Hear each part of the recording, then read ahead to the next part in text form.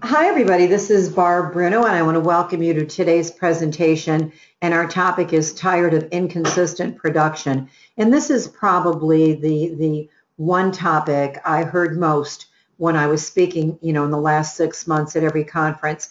I heard this from recruiters. I heard this from account managers. And of course, I hear this from owners and managers because, it just is something that plagues a lot of people. It's interesting, though. One of the things that I heard recently is at a conference, in fact, a young man stood up in front of like 300 people and said, but Barb, that's just the way it goes. You have one really good month, then you have one really bad month. And then you have one really good month and one really bad month. And I said, do you really believe that? And he said, well, most of the people in our office do that. He said, in fact, I've done that my entire career. And I said, so what you're telling me is you hit your goals or surpass your goals one month, and then the next month you don't come close. And he said, oh, no, not even close. There's always a bad month after a good month. And I said, so in essence, you're only planning on having 6 good months next year. And he looked at me and I said, but that's what you're telling me. And there is no reason why production should do that.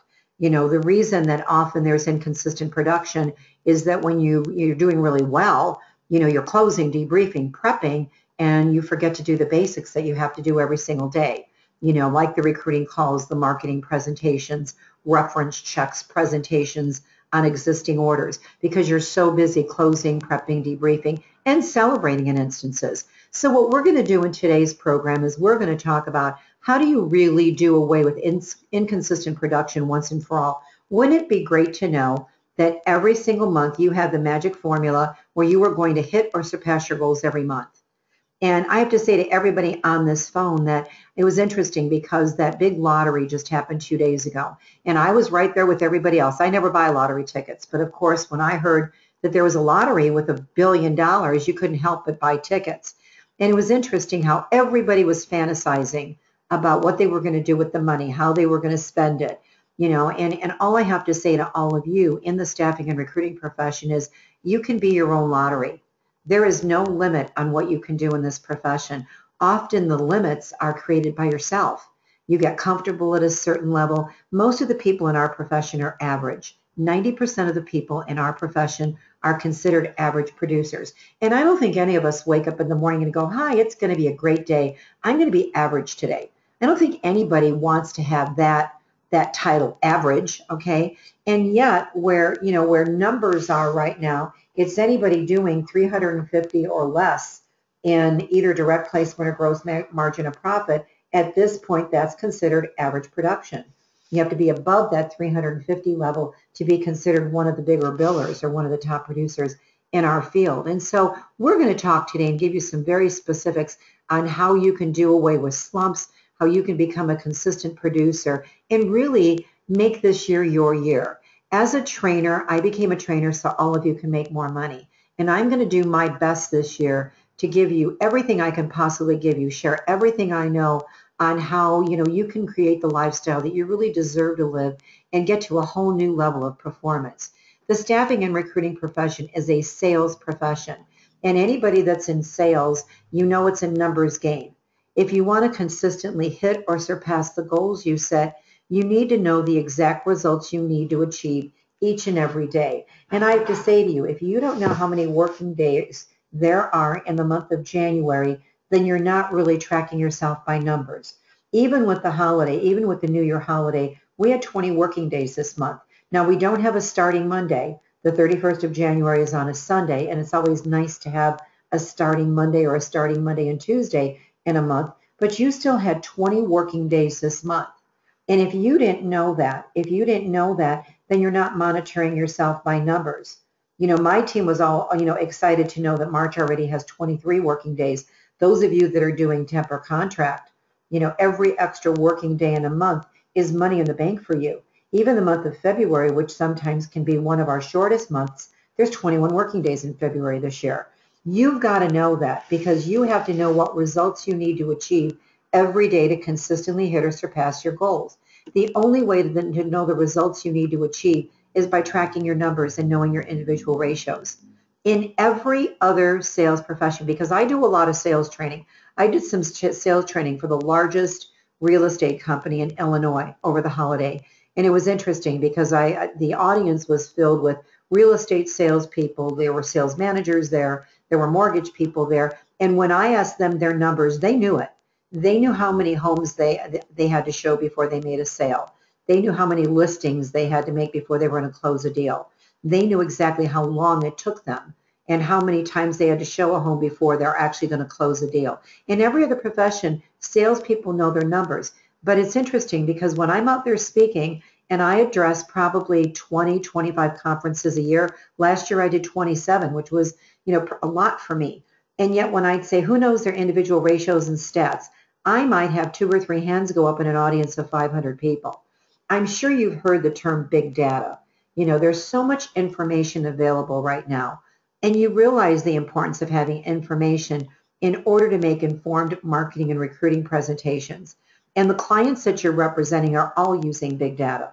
If they're a mid to large firm, big data has really taken over as one of the greatest predictors of what's going to happen. Well, the same holds true for learning how to consistently hit or surpass your goals and eliminate slumps once and for all. Wouldn't it be great for you to be able to plan your life knowing that every month you are going to hit or surpass your goals? As an owner, I love when I have a team and I can depend on my team to hit goals, and they're going to hit the goals for their own reasons, not mine. They know where they're going, they know what they're trying to achieve, and they know exactly what they have to do. Now, who should track metrics? And I'm you, just so you know up front, I am a type A salesperson. I would rather stick a pin in my eye than deal with details. That's my true personality. But have I become extremely organized throughout my career? I have. I'm probably one of the most organized people you'll ever meet. I'm probably one of the most well-planned people you'll ever meet. My calendar, almost every minute of every day is planned out for me because I have so many things I'm doing, okay? But do I love detail? I don't love detail. I don't like to track numbers. I'm no different than you are. But when I realized forcing myself to become a planner, forcing myself to be organized, and forcing myself to know numbers has taken the mystery out of what I do. I can tell, I can predict exactly not only what I'm going to do every month, but what everybody that's going to work for me in each of my companies. I have 4 different companies, and the people in most of my companies predominantly are salespeople. Now, in my training company, I have a lot of technical people that support us in that, and that's a whole different set of metrics. But what I find is that I don't like surprises. As an owner, I don't want to be slammed. I don't want all of a sudden to have my budget set on certain parameters and then find myself behind an 8 ball because we're not hitting numbers. I just like the security of knowing that I can predict what's going to happen. And, that should give you all a reason to realize that you've got to track metrics. You've got to know your numbers. If I asked you right now, what's your send out to placement? What's your job order to fill? How many presentations do you make before you book an interview? How many interviews do you do between yourself and candidates before somebody is booked on a send out and hired? How many clients do you have, in your client base? And of those clients, what percentage of those clients, who are the 20% that give you 80% of your sales? What percentage of orders that you're writing are you filling? You've got to know all these numbers. And the reason you have to know them, again, I don't think any of us want to be surprised that, all of a sudden the 3rd week in the month we're looking and we're like, oh my God, nothing's happening. How am I going to close some sales here? The job is more fun when you know your numbers. And initially when you start tracking, it's going to be, forming a new habit, which is never easy. It's just like going on a diet or starting with a trainer or learning a new language. It's never easy at first, but then all of a sudden it makes sense. And if it can make your job more fun and more enjoyable, I think it's worth it. And even somebody like me who, again, I'd rather stick a pin in my eye than deal with details and that type of thing. But I've learned it's something I have to do to maintain the level of income and the level of success I want, not only for me, but for everybody that I manage and everybody that works for me. Every single individual that's involved in the placement process, whether focusing on recruiting, client development, sales, you might call yourself a dispatcher. I mean, I don't care, the receptionist. I don't care what your job is. If you work for a staffing and recruiting firm, you should know your metrics. Sales measurements should focus on practice and improvement rather than a winner. A strong sales organization is built around measuring for success. I always tell owners, you can't have contests that only the big billers win because it actually demotivates everybody else. Tracking metrics, what it does is it takes the mystery out of where you need to focus. Did you arrive at work today and know exactly what you needed to do? When you arrived at work today, were you well planned? Did you have all your calls planned? Do you know the 6 things closest to the money that you had to do today before you leave work? See, if you don't do those types of things, we have people on both sides of our sale who are very demanding.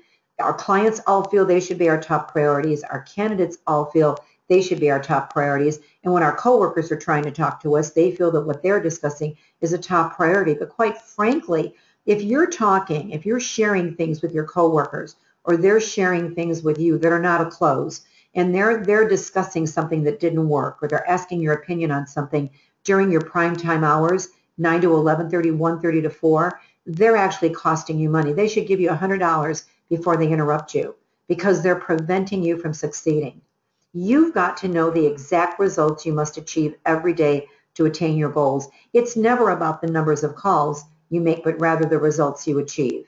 Now, you're probably sitting there going, yay, Barbara said we don't have to make a lot of calls. I did not say that. But if you made 50 calls and you got no results, the last thing you need to hear me say as your manager is make more calls. Because if you make 50 calls and you didn't get any results, it's not the number of calls, it's what are you saying? You're obviously not making good calls if you're not getting any results. And it's not enough. I'm going to make this easy on myself. Say there's 20 working days in a month, and I want to generate $20,000 in production this month. And so you might say, okay, I know my numbers. I have to do $1,000 every day in order for me to hit my goal to hit $20,000 by the end of the month. But that's not the number I'm talking about. I'm not talking about taking the numbers of the month and dividing them into the production you want every month. I mean, you can do that and figure out what you have to generate. Now, on the temp and contract side, because it's a reoccurring revenue model, you've got to know what you've already got in the pipeline, what's already out there working, and then what you're going to add to it every month. You can never get comfortable with just that reoccurring revenue model because those people will come off their contract. They will come off their assignments. So you've constantly got to be putting new people out there. But tracking metrics and stats is more about the results-oriented activity that leads to the sales that I'm talking about. Do you know exactly how many recruiting calls you have to make every day? And the way you figure that out, say that you want to book 5 send-outs a month. You want to get 5 people out, a week.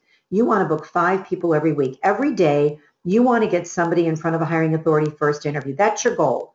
Because say that you're doing office support and you need to make, and I'm talking direct right now, you need to make a placement a week. And you know that your number is 5 to 1. You have to send 5 people out on first interviews before somebody's hired. So your send out to placement ratio is 5 to 1. Well, when you go back and look at your numbers, maybe you figured out that you have to interview 3 people before you book a send out. So now you know your number that you have to achieve every day. You've got to do 3 interviews every day in order to do enough presentations where you're going to book a send out a day, which means you'll make a sale a week. So that 5 to 1 ratio works for you. Well, if you have to interview 3 people a day, how many recruiting calls do you have to make? Well, you're going to look at your averages, but my answer is you're going to make enough recruiting calls every day where you have 5 interviews booked every day. And you're going to say, okay, Barb, you just said 3. Why are you booking 5? Well, you know the answer to that question because people are going to no-show. There are people that are going to cancel on you. So if I've got to do 3 interviews a day, I'm going to try to do 5 a day because I know I'm going to book 5 a day because I know by this afternoon, Friday afternoon, I would have had to have done 15 interviews to be able to consistently hit my numbers because I know I have to do 3 interviews a day. If I book 5 a day, I'm going to end up doing probably even more than 15, which is great. You never want to do less. If you do a few more, you're just building the momentum going into next week. So it's not about the numbers of calls. It's how many recruiting calls does this example have to make? They have to make enough calls so they book 5 interviews a day so that they know they're going to do 3 interviews. That's the number I'm talking about. You can actually grow and succeed without measuring. You might say, well, Barb, I'm a decent producer. I'm a decent producer and I don't measure anything. But without systems and structures in place, you won't understand how or what to measure. And this becomes deadly when the job market or the economy takes a turn. Can you imagine the people in oil and gas right now? Their world is upside down right now. and upstream, for all intents and purposes, is non-existent in the oil and gas industry right now. Can you imagine people that specialized in that? Now, the firms that made changes and the recruiters and the account executives that made changes were the ones that were tracking their numbers. And about 10 months ago, 11 months ago, all their ratios went up. And you want your ratios to be low. And every one of them saw their ratios going up. And they said, boy, something's really happening out there. People are just not hiring. And see, that's why you're never going to get blindsided. I don't think any of us want to get blindsided by surprises, do we? You want to be able to predict trends. You want to be able to consistently earn the money that you deserve to earn, whether you're bonused as an individual or whether you're bonused as a team. It makes no difference. The more you produce, the better it is for you. Better it is for your income, better it is for your success. And if you know your numbers and you see your ratios going up, you know something's happening. That's how my organization predicted what was happening in 2008. In one quarter, our ratios went up by 30% across the board. We knew something big was coming down the road, and we knew it wasn't going to be pretty. And this, again, it helps you anticipate what's coming down the road. You never want to be caught, off guard. You never want to be blindsided. Now, what metrics should you track? Measurements of activities in sales basically provide feedback to set standards for activities that lead to the results you want. They also measure the activities at different parts of the sales process where you can make adjustments to activity areas that need improvement. Say that I'm doing 3 interviews a day and I find that I'm not booking a send out a day. All of a sudden, I might be bringing in the wrong people. I might be focused on the number of interviews rather than the quality of person I'm bringing in. And again, you can measure the new results again, and then the process is repeated. It's your job when you're in staffing and recruiting to identify your repeatable sales process. 20% of what all of you are doing is giving you 80% of your results. You've got to go back to the last deal you closed and dissect it. What did you do that made that deal happen?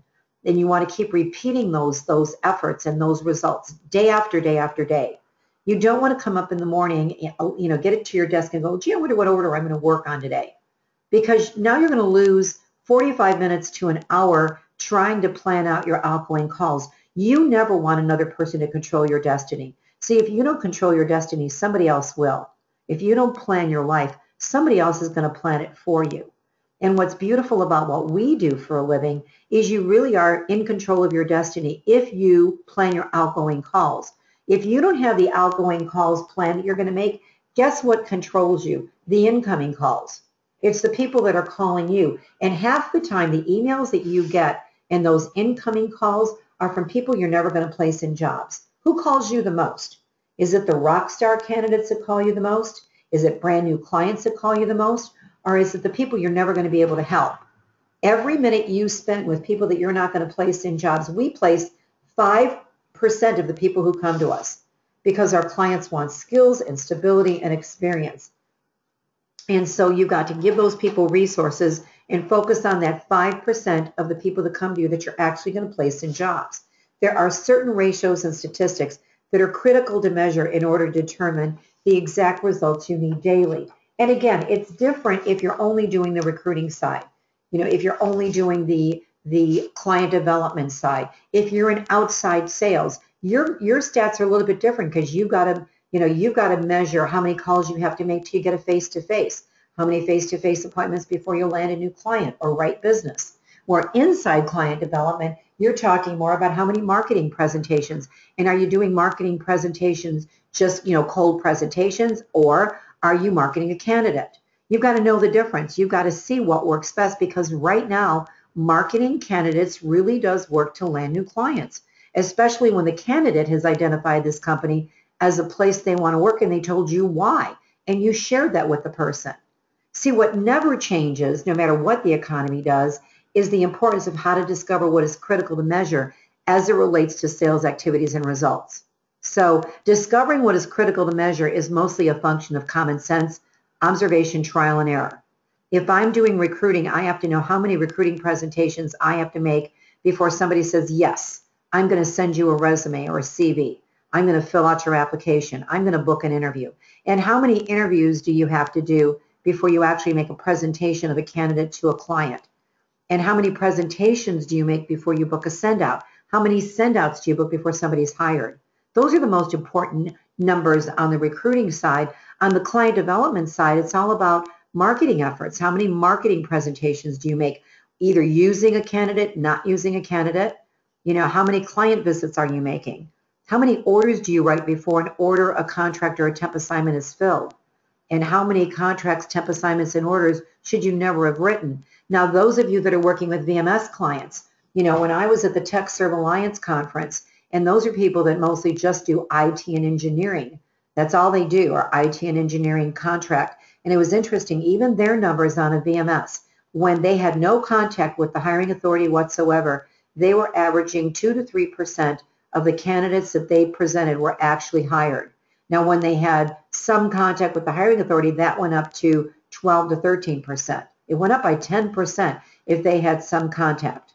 The non-VMS clients had a much higher, closing ratio on the candidates, presented. But if you're working with a VMS situation or not, you've got to know your numbers. Because if you're working primarily VMS, you got to do very high volume because the average ratios are so high when you're presenting to VMS clients.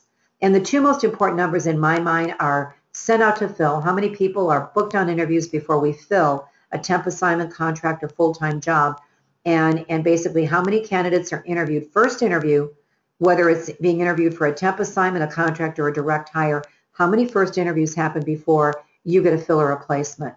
Most recruiters are not detail-oriented. I meant to mention to you at the very beginning, I'm not detail-oriented. When I take assessment tests, I'm the total opposite. I'd rather, do anything than keep details. But when you look at my work habits, I've learned to do that.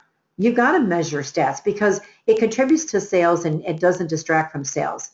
And you need to keep measuring your stats, and you've got to keep measuring your stats, a simple process, because consistency is key. You can't measure your stats one day and not measure them the next, because now you're not going to know what to do. You're not going to know what to track. So when you come in the morning, you don't know how many interviews you have to do. You don't know how many presentations you have to make. Think of all the things you do that you don't make money on. Think of all the activity that's not results oriented. You could be really, really busy all day long and not do anything that's going to make you money. It's all about smelling money. It's all about what functions do you do that lead to sales. Doing a desk dance, being on Facebook all day long, doing sourcing, that type of activity during daytime, primetime hours, which is the only time you can reach candidates and clients, not best use of your time. You've got to be very selfish with the hours between 9 and 11:30 and 1:30 and 4, unless you're working various time zones. Those are the time frames when you have the best chance of reaching people. And by the way, it's interesting because I do calls for job seekers once a week. And it's interesting, they don't know who I am. They don't know that I own, a search and contract firm. They have no idea. And they complain about our industry quite a bit. And it's interesting because many of them say, when I post my resume and I get calls from 20 recruiters, the recruiter I'm going to talk to is the recruiter that calls me when I get home at night. I can't talk during work. They know that. And yet they're all calling me at work, and when I get home, it's the first person that calls me that wins. This is not an 8 to 5 job. You all know that. This is a career. You've got to talk to candidates when it's good for them. I tell my candidates and clients I work 24/6 because, quite frankly, I'm trying to take Sunday off. I'm trying just to turn it off on Sunday. Now, I can tell you there are times on Sunday, especially, it's a good day for me to write. I get up really early. I go to mass. I come home. So I'm really refreshed and feeling good about the day. First thing Sunday morning, but Sunday afternoon, if there's not a good football game on, and obviously my Bears are out of contention, so I'm not watching football these days. I write, but I try not to interact with clients and candidates until later in the evening. And I don't work the candidate side of the sale anymore, but when I did every Sunday night, I was basically calling everybody that was going to start the next day, wishing them good luck, letting them know I was there for them, and I was calling everybody that had an interview on Sunday. Because the worst phone call you and I both know is getting there Monday morning, and all of a sudden the phone's ringing, they go, "Where's your candidate?" And you're like, "Oh my God, really?" Because Sunday night they will admit they're not going. And at least you can make the first call Monday morning and be proactive rather than, again, being blindsided. There's certain things you've got to do, on non-prime time hours and on some of your own time. Now, when should metrics be kept? Because I'm discussing kind of the who, what, when of of how do you get consistent production. Tracking metrics are as important as planning, and you've got to track them daily in order for them to be accurate. The sooner tracking metrics becomes a daily activity, the soon you and your team will enjoy consistent production. I interview the $1 million producers all the time. I have a number of them as my training clients because it's funny, even though they're the top producers in the country, they always want additional training. I coach and mentor, a half a dozen people that did over $1 million last year because they want to break their own record this year. And when I look at common denominators of all these high achievers, there's three things. Number one, they have their day planned. They know exactly what they're going to do before they leave work the night before. They know all their outgoing calls. The second thing is they are the most focused people you've ever met. They're not going to waste their time chasing a purple squirrel or, talking to people they're never going to place in jobs. They're focused on where they can get results. And the third thing, they know their numbers. If you ask a big biller what their numbers are, they know them to the letter. Well, if that's the common denominators between all of these people that are way above average, there's a loud message in that for you. If you truly want to have a record year this year, see, it's not enough just to want a record year this year. What are you going to do to make it happen? You can't keep working your desk the same way you've done in 2015 and all of a sudden expect in 2016 to have your results being different. You've got to change the way you work your desk. You've got to stand back and look at how you do things. You've got habits. You've got habits when you wake up at home in the morning. You've got a routine with yourself, with your family, with your kids if you have children. There's routines, okay, that you do every morning. And there's routines that you do when you get home at night. But the problem is you've got a routine at work right now. You got to shake it up. You've got to change some things. You can't go into the office and do things the same way and expect better results. And hopefully tracking metrics is one of those new habits you're going to develop. Now, why will tracking metrics help your company prosper and grow? See, your owner is in business to make a profit. Your desk is a profit or loss center. No owner is going to maintain an employee that is not making the money. They can't jeopardize their business. And the more profit your company makes, the better it is for all of you. I have never met a manager, who didn't feel that their recruiters could produce more. Of course you can, but will you? Do you know what you do? If you're a manager on this phone or an owner, do your people even know what you expect of them? And have they tied their daily results into their income goals? And the truth of the matter is you are not going to have a record year in 2016 because your owner got up in front of you on January 4th and said, we're going to have a record year. I used to do that. I did that every November. I got up in front of all of my people. At the time I had 80 recruiters and we're going to have a record year. And I would be so excited. I'm kind of an excitable person, as you can tell. And I'd get up and I'd be all excited and rolling out new programs and contests and incentives. And I'd be looking out at all these people and I'd see some eyes rolling. And so I remember calling my managers, and this was a few years ago, and I go, excuse me, I just rolled out $5,000 in additional bonus and incentives next year. And I see eyes rolling. I don't understand that. Help me here. Why did they not see that we're going to be really doing all kinds of things for them this year? And one of my managers was very honest with me, and they said, Barb, they're worried about what you're going to do to them. And I said, excuse me, I was telling them what I was going to do for them. And they said, that's not what they heard. They heard you want a record year. We had a record year last year. They worked their tails off. They don't think they can do anymore. And I said, of course they can do more. They can work smarter. They can eliminate some time wasters. And they go, but that's not what they heard. They just heard you want a record year. So I have to say to all of you on this phone, can you glance up right now, wherever you're sitting right now, can you look over by your phone? I want you to all look at your phone or look at your headset. And is there a list of 10 non-negotiable goals with dated action items staring you in the face? Because see, your manager can't motivate you. Your owners can't motivate you. The only thing that can motivate you is what you want for yourself and the people you love. And I know that most people in our profession, we're great givers. We take care of everybody. I always say we're social workers who like money. We just want to make a difference. That's why I think people in our profession are pretty great people. It's very rare that I meet somebody at a conference that I don't like. This profession attracts the best of the best. But unless you can equate making extra calls, starting to plan your day, doing things that you don't want to do, the only way you're going to do that is if you want to pay off credit card bills, or you want to take a great vacation this summer, or you've got a child that's going to go to college next year, and that's going to cost you 30 grand extra on top of your other expenses. Or maybe you want to start a family, or maybe you want to get married, or maybe you want to drive a Jaguar. That's something you've always wanted to do. or you want to get a new home, or maybe you want a second home. See, when I said you're your own lottery at the beginning of this call, you are. You are your own lottery. Your owner or manager is never going to say, no more candidates, we have enough. Don't land any more clients, we have enough. Why don't you take the rest of the month off because you hit your goal? Are you going to ever hear an owner or manager say that? No. They're not going to say that because, of course, there's no ceiling on what you can do. You are your own company. Do you realize that? Your desk is a profit or loss center. And if you don't like your income, if you didn't like your income last year when you looked at your income at the end of the year, you basically wrote that. And so if you want to have a record year, I have homework for all of you.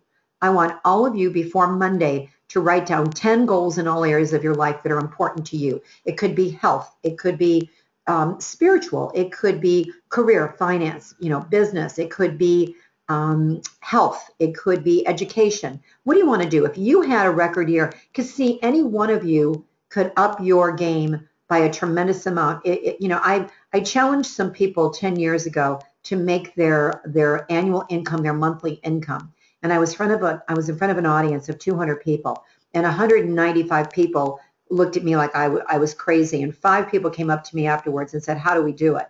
And I go, it's going to take you 2 to 3 years, but you can do it. And 4 of the 5 did it. Have you ever thought about that? How would your life change if your income went up by 30% this year? How would your life change for yourself and the people you love if your income went up by 50%? So when you're writing your goals, stretch a little bit. If you had the perfect year, but see, if you don't put 5 dated action items, your goals are going to be basically New Year's resolutions. I want you to write specifically what you're trying to do, then break it down into 5 steps and date the steps. What do you have to do in the first quarter? What do you have to do by March 1st? What do you have to do by April 30th?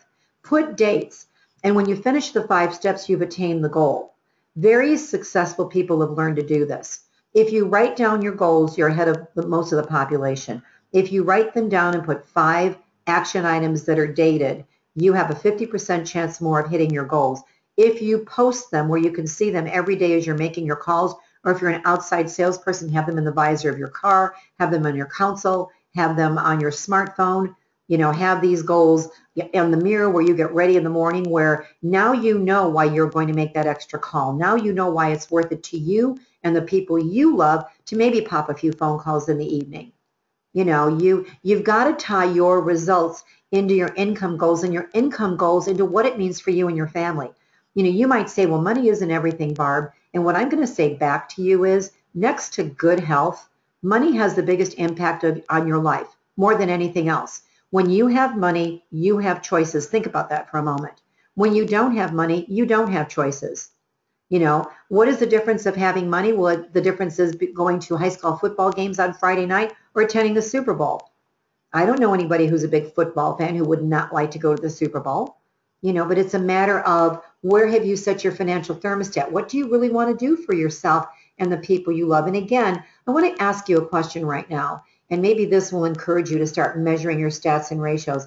Ask yourself what price you're paying and what price are your family paying, the people you love paying, for you not becoming the success you were meant to become.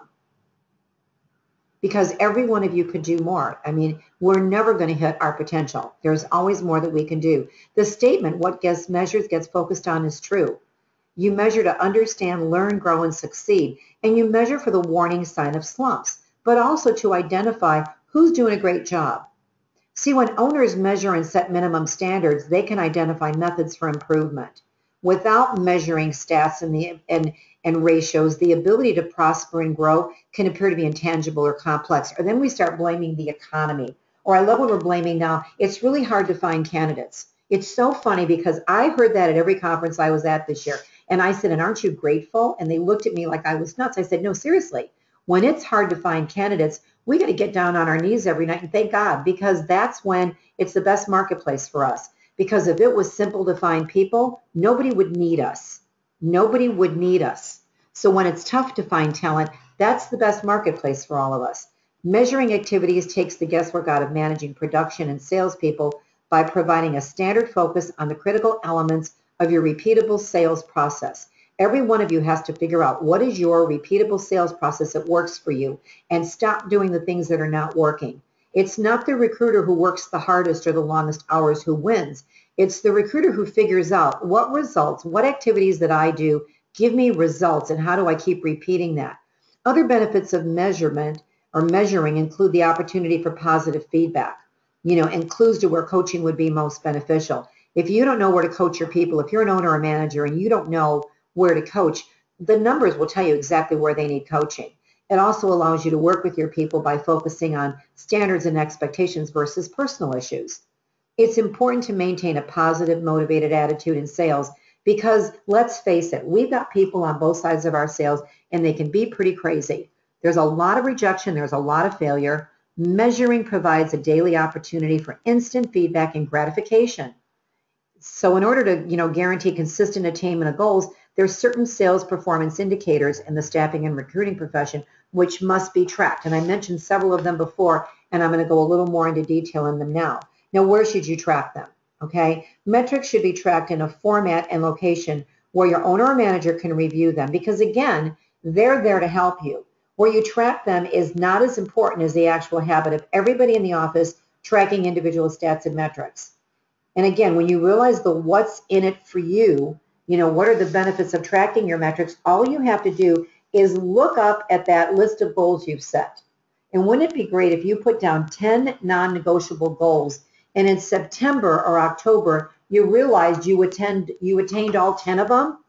And so now you got to add on a couple more because when they're staring you in the face all the time, you can't help but attain them. We're in the middle of January, and I can tell you that there are a number of people in my organization that have finished action items on all 10 of their goals already because they set January as the month they were going to attain their first step, and they're so focused on it, they're going to have a great year. And they're doing it for their own reasons, for what they can do for themselves and the people they love. Now, if you don't know how to track stats, a lot of people say, I don't know what to track, I don't know how to track. I do have a simple solution that will guarantee you have a record year in 2016. It's called the Sales Performance Indicator. And you merely add in numbers and the system automatically calculates your stats and ratios.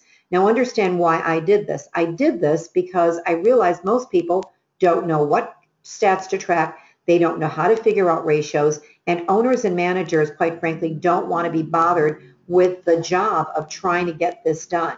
And so what I did is I basically surveyed 500 companies, found out what ratios and stats people were keeping, and then developed a system that's as easy as entering a number and clicking. I'm going to show you 4 screenshots right now. And this is the sales performance indicator. You can see on this one, you see that recruiting is highlighted here. This is what the recruiter is going to keep. There's 9 stats. Now, if they're not separating recruiting from reactivated candidates and regular recruiting hits, they're going to only keep 7 stats. They're not going to keep 9. But all you do is enter a number, hit submit, and your stat is kept for you and ratios are calculated for you. The next screenshot I'm showing you, and by the way, whether you use my tool or you want to develop something on your own, quite frankly, I don't care.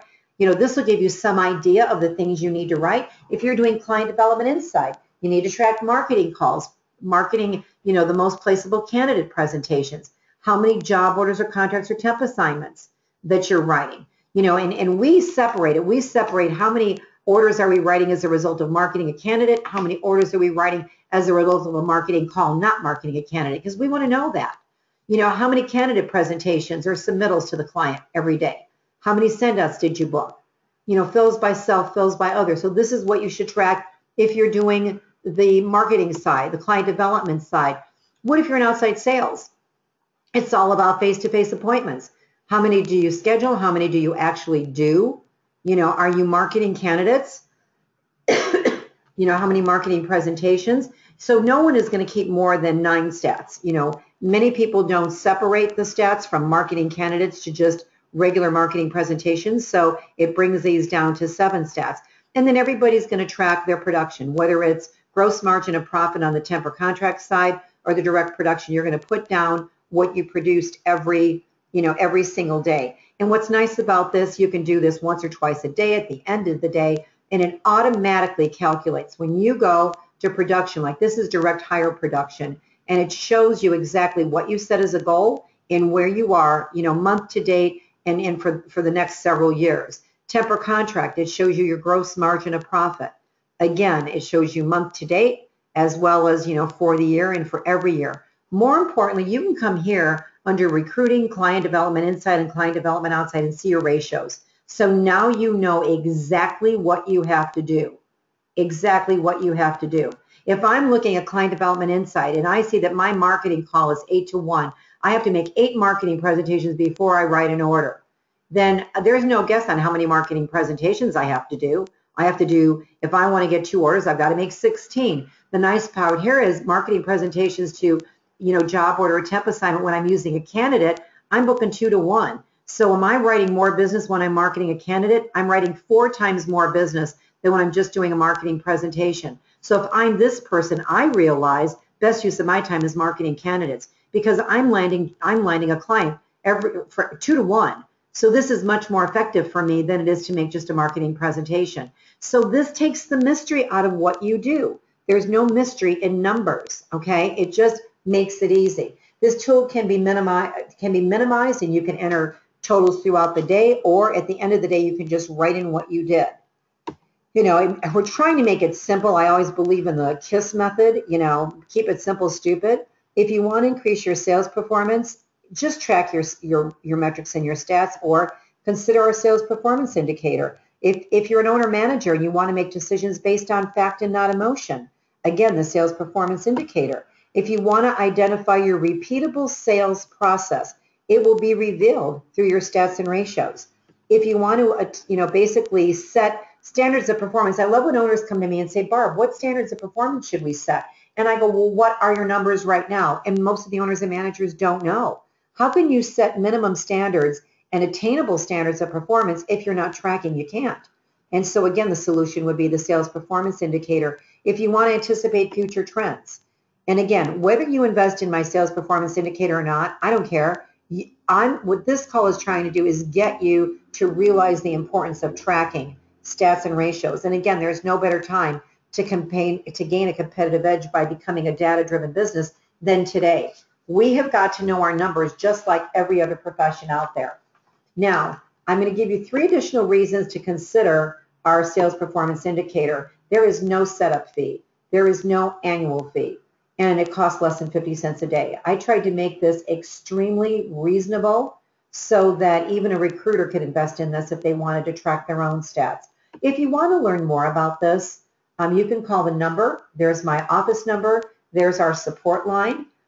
Or you could go to www.salesperformanceindicator.com and you can, see more information and basically, see exactly what this is all about and get a lot more data. But what I would suggest that all of you do, what are 3 things that you heard me say today that resonated with you? It's not enough to come to these calls.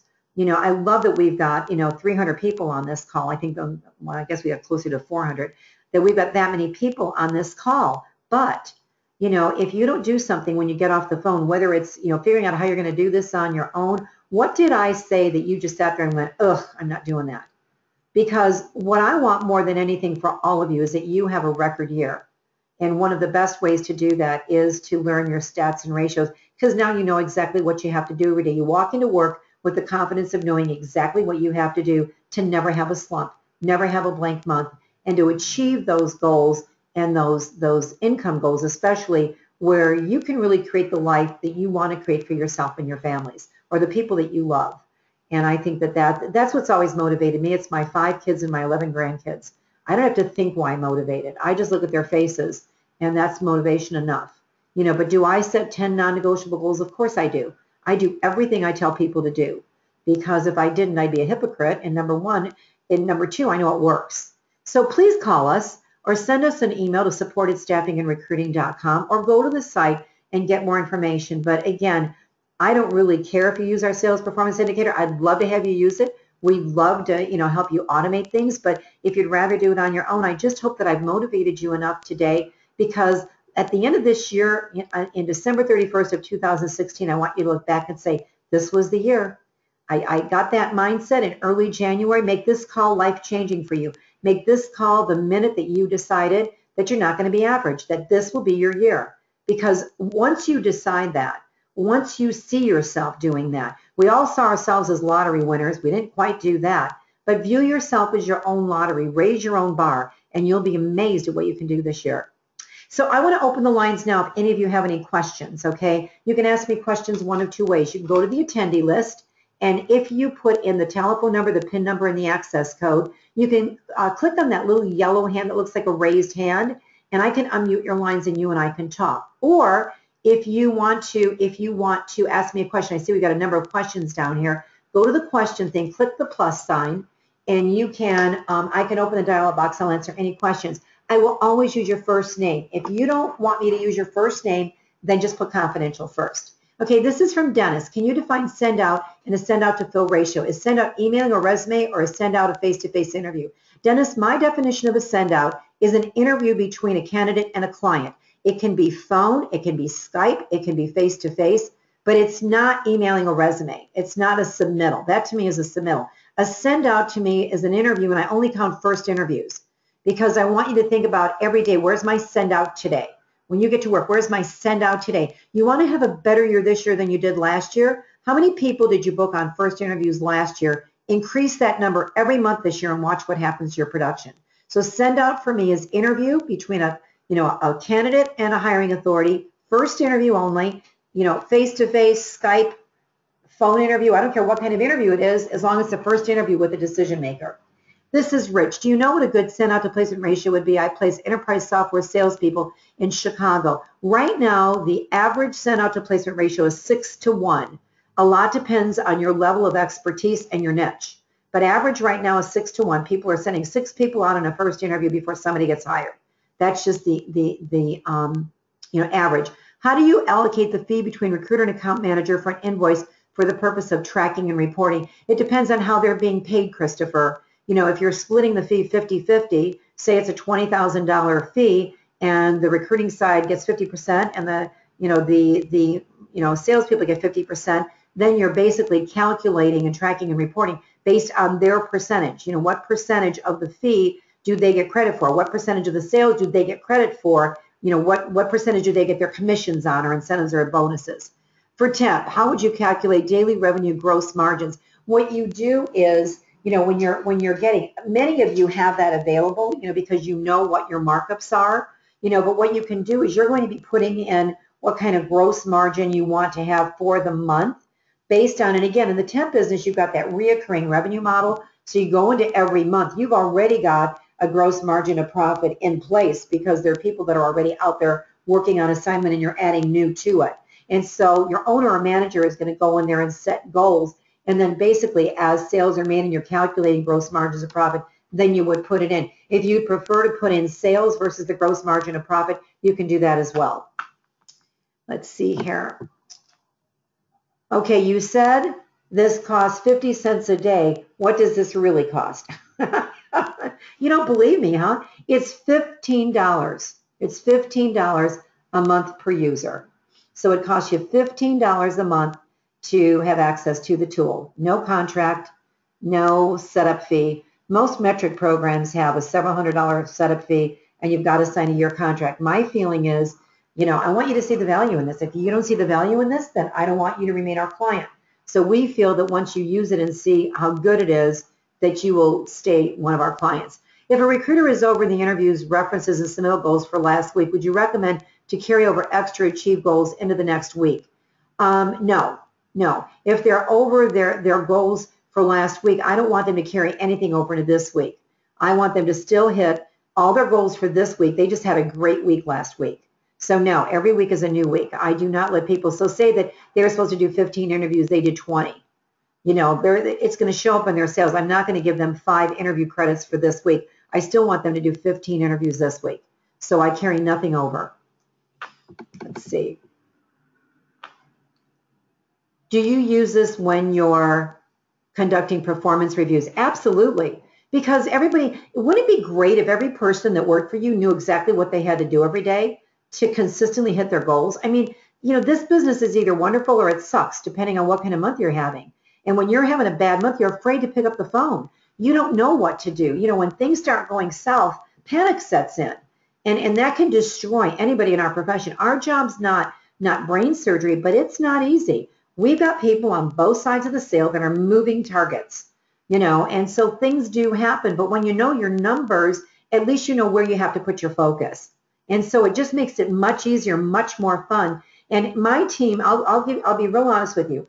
I don't hire experienced recruiters. I never have. And so when they come to my organization, they're born this way. They have to keep their ratios and stats at the very beginning.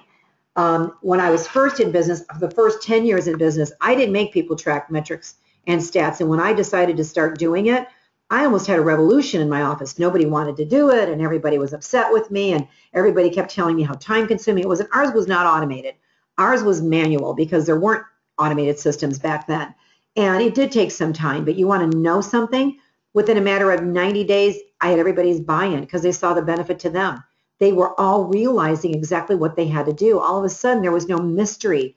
If I've got this step off, then I've got to do that. It shows you what to do. So is it hard at first? It's no different than any other habit. If I'm going to start, I just hired a personal trainer. And it's funny because I hired a personal trainer to start with me on January 1. And I convinced myself the first week of January, I had bronchitis. And so I was sick. And so my doctor even said, this is not the time for you to decide to do something like this. Like, stop it, Barbara. And I went, okay. But I delayed him till February 1 because I know it's going to be painful. And I know once I start, I've got to make the commitment and do it. I will start February 1, but I delayed it a month because I don't want to do it. And I'm sure once I get used to doing it, it'll become a habit and I'll be fine. But I'm no different than anybody else. When I don't want to do something, I can become the queen of procrastination. We can't afford to do that because the marketplace, other than oil and gas, is extremely strong. You've got an election you're coming in. There's a lot of money being put, into the economy. I mean, there's all kinds of positive indications. And Ellen Below, who is an economist that I follow, said that, through 2018, it's going to be really strong, 16, 17, 18. You're going to really, really have some strong years coming up. So got to take advantage of it. Got to know what you have to do. Should you track goals weekly, monthly, or quarterly? All of the above, and you should start out with daily. It has to be daily, weekly, monthly, quarterly. When you're tracking them daily, then you got, because you want them to know month to date. You want everybody to do it daily so they know if they've tracked their goals and if they've hit their goals for the week. And then you got to know if you're doing it monthly, so yes, it's a daily function. It's no different than planning. And for those of you that are not planners, you're not going to become a planner because I said it during today's session. Let me give you a hint of something else I want you all to do. Tonight, before you leave work, write down 6 priorities closest to the money that you have to do on Monday. And Monday, don't leave till they're done. So often, really important things slip through the cracks because we're so busy and because we get interrupted so much and we have people on both sides of our sale. So every night, starting tonight, write down 6 things closest to the money and don't leave work till they're done. That will prevent you from having something important, slip through the cracks. Also, if you don't have 6 things closest to the money, how scary is that? So it really shows you, how close you are to a deal. If something's been pending for, 4 or 5, 6 weeks, it's not pending, it's dead. Admit it and get something else going. All right, I see no more questions. I really enjoyed all of you. Let me see if anybody raised their hand. Let me see if I've got any hands being raised. I'm getting a bunch of thank yous right now, which I totally appreciate. Let's see, if someone's short on their goals 1 week, would you recommend to add the balance on what they are short to the next week? No, what you're going to do is at the end of the month, Kashal, say that somebody at the end of the month is short of what they produced for you. Then what you're going to do is say it's in January and say they were, I don't know, $10,000 short on what they should have done. I would never say add $10,000 to February because there's only 20 working days in February. And that might really demotivate somebody like, oh my God, I've got double the goals in February now. What I might do is divide that 10,000 by 10 and add 1,000 to their production goals for the next 10 months. Because somebody can do $1,000 more, but if you add at the end of the month, if you add what they didn't achieve production-wise to their next month, they could quit. They could get so scared or so demotivated, like I'm never going to do that. You can't give somebody a goal they can't attain because that's a demotivator. So I would divide it. If it's just a little bit, you can add it to next month. But if it's a bigger number, divide it by the remaining months in the year. Do not let your people give up their dreams and their goals in January. Because when they set their goals, they knew what they were going to earn. It's your job to make sure that you do everything you can so that they can attain their dreams and that they can attain the money that they told you they wanted to earn. And by the way, when you set goals, it's got to be, it's got to be mutually agreed upon. As an owner, you can't tell somebody to do something, and if you walked away and they said, I can't do that, that's ridiculous, I could never do that, they're not going to do it. So when you're setting goals, make sure that your people believe that it can happen. Let's see, this is from Rich. Thank you, great info. My personal rate is just under 10 to 1 for 25 years. I booked Listen to this. I booked 775,000 over the past 20 years. How can I lessen the 10 to 1 and get it down to 6 to 1 if this is too personal? You don't have to answer it. It's never too personal for me, Rich. I love that you asked the question. The way you get it down from 10 to 1 to 6 to 1 is you really look at the quality of candidate you're sending. So if your send out to placement ratio is 10 to 1, are you screening enough? Also, are you getting 3 people on final interviews for every job you have? And are you sending every candidate on 3 interviews? Because that will lower your send out to placement ratio. The minute you book a candidate on an interview, you want to market them and book them 2 more interviews. If you don't, they're going to do it on their own. And we've got to get 2 to 3 people. We've got to get 2 to 3 people on final interviews with every client, And the reason we have to do that is because things happen. They may make an offer to one of your candidates and they flake out. Now you've got number 2 and 3. So you keep backfilling as you're going through the process. Muck up the process. When you get good people in, call your client. And they love it. You might be in 3rd interviews and all of a sudden you have a rock star come in. 20 years ago, I'd have sat on them saying I'm close to a deal. Now I'll call my client and say, I think I just interviewed the person you're going to hire. I don't want to slow this process down, but can we combine a couple interviews? I think I've got the person that you're going to hire. And did you hear that Rich does $775,000 a year and he's on this call? The big producers, the big billers are always the people that want to learn. They're always going to up their game. The other thing too, Rich, when it comes to lessening your ratios, make sure that, you're really looking at the clients that you're working for. Are you sending people to companies they don't want to work for? You've got to always identify your best business. Let's see. This is from Edward. Thanks, Barb. Always love these seminars. Pick up a few ideas. I appreciate all your hard work and help. I'm from Chicago, like the hometown analogies. Yeah, we're all mourning the Bears right now. And everybody's telling me thank you. You know how you all can thank me? Is you can take some of these ideas and make more money and then send me your success story. I love to hear that you implement something that I teach because then I know this is worth my time. The second way to help me is consider our sales performance indicator because that will really help you track what you need to track. And I appreciate all these wonderful things that you're saying. Okay, we have no more questions. Thank you so much for joining me, and let's do everything we can to have a record 2016. Thanks, everybody.